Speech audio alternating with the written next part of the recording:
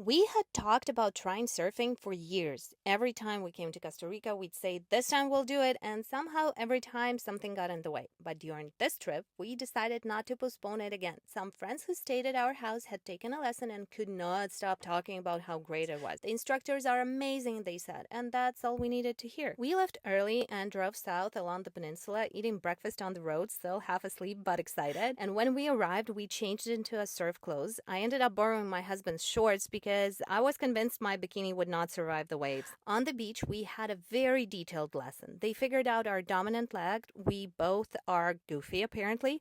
They showed us how to pop up properly and walked us through all the technique. I did not realize how technical surfing actually is, but our instructor, Anthony, explained everything so clearly.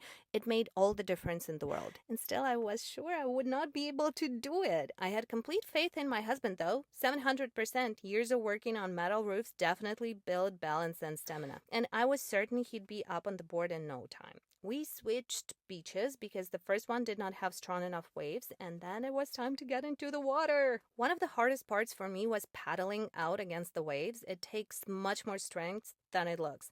And yes, we fell over and over again. I especially did. My husband fell too, but he started standing up pretty quickly.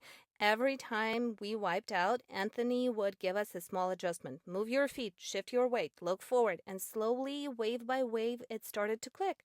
My husband's rides got longer. Mine turned from quick pop ups into actual moments of balance.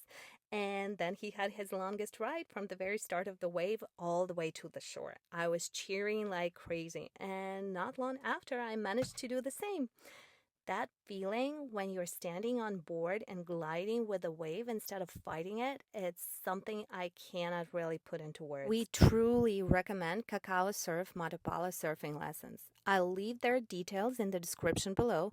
If you're ever in the area or staying at our house, maybe, you should absolutely try it. It's worth the early morning, the sore arms, and even the bruises.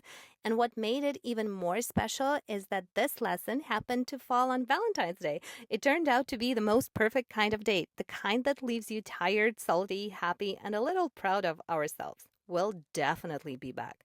Have you ever tried surfing, or is it still on your list?